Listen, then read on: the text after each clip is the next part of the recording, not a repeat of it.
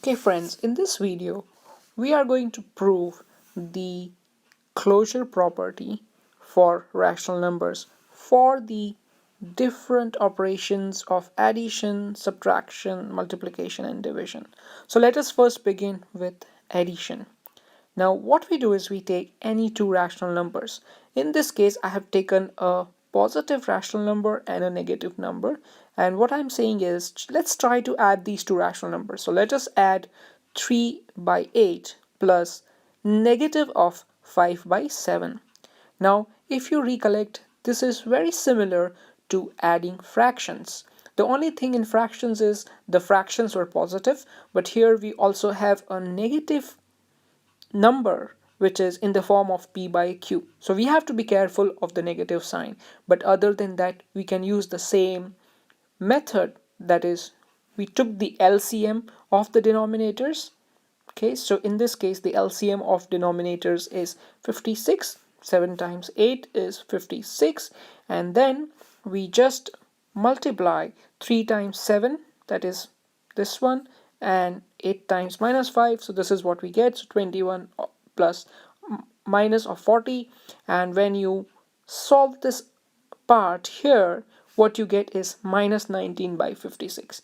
Now if you look at this resultant number, it is in the form of p by q, which is what we discussed, the p by q, and the denominator, the q which is the denominator, is not equal to 0. So when we add any two rational numbers, we see that the number is always rational. Now I have just shown you for one example, but you can try it for your own. Just take any two rational numbers and try adding them. You will always find the rational numbers to the result to be a rational number. Now if we look at subtracting two rational numbers, so what we are doing is we are subtracting negative of 5 by 7.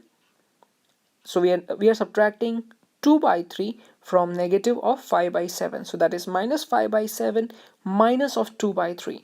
Now we follow to do the subtraction in a similar way like we did the addition earlier. We take the LCM, so we have here 21, and then we get in the numerator we get minus 15 minus 14, and when you solve it you get minus 29 by 21.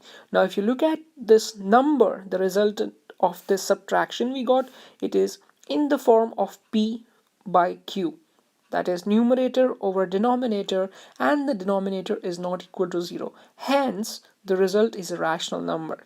And again friends, this is just one example. You could try any two rational numbers, the resultant number after subtraction is always going to be a rational number.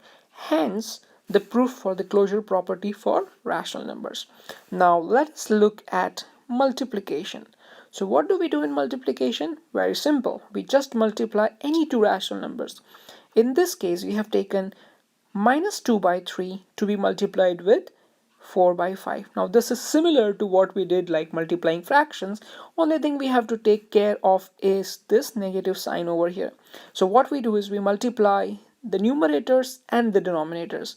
So minus 2 multiplied by plus 4 is minus of 8. Remember, when you multiply a negative number with a positive number, the resultant number is a negative one. So that is minus 8, and 3 times 5, that the denominators, gives you 15. So minus 8 by 15 is the result that we get. And as you can see, this is again in the form of p by q. That is a numerator upon a denominator, with the denominator being equal to 15, that is not equal to 0. Hence this is also a rational number. So we can say that when we multiply any two rational numbers, the result is always going to be a rational number. Now let us look at division. Let us check whether the rational numbers follow the closure property or not under the operation of division. So what we are doing is we are dividing minus of 5 by 2 by 2 by 5.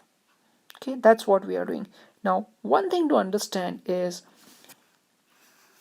when we are doing this sort of division, you can actually simplify the division by converting into a multiplication. So minus 5 by 2 remains as it is, but you convert this division into a multiplication sign over here, And the important step you do is you change the numerator into denominator and denominator into numerator for this number 2 by 5. So you can see what we are doing. 2 by 5 it becomes 5 by 2. Okay, and now we have converted it into a multiplication problem, so we can just simply multiply both the numerators and the denominators. And also you need to take care of this negative sign over here. Okay, so we have minus 5 times 5 gives us 25, and 2 times 2 gives you 4. So you can see that this is a rational number. Now you might be tempted to believe that the rational numbers are close under division, right? Because this number is a rational number. However, the key thing to note in this case is the case of 0. Okay, so let's say that we are dividing this number minus 5 by 2 by 0, and we know that whenever you divide any number by 0, or whenever 0 is divided by any number, okay, I said the other way around. Whenever you divide any number by 0, the answer is not defined. Okay, it is just not defined. So just because of this property of a rational number being divided by 0 being not defined, this is an exception for the case of division, and hence we have to say that the rational numbers are not closed under division. However, if we were to exclude 0, okay, all the rational numbers could be considered closed under division. But the key thing to note is that 0 is a rational number, right? 0 is a part of a rational number. And why is that? Because you can write 0 upon 1, right? And this, the answer of this is 0. So this is in the form of p by q, and q is not equal to 0. Okay, you could also write 0 upon whatever, 100, or you could write 0 upon anything. So 0 can be represented as a rational number. And therefore, because a rational number is not defined, is not a part of rational numbers, and therefore division is not closed under rational numbers. So to reiterate what we have concluded, we learned the proof of closure property for addition, subtraction, multiplication, and division of rational numbers, and our conclusion is that the rational numbers are closed under the operations of addition, subtraction, and multiplication, and they are not closed under the operation of division, primarily because of 0. If we were to exclude 0, then yes, whenever you divide any two rational numbers, the answer will always be a rational number. So that was about the proof of rational numbers and their closure property.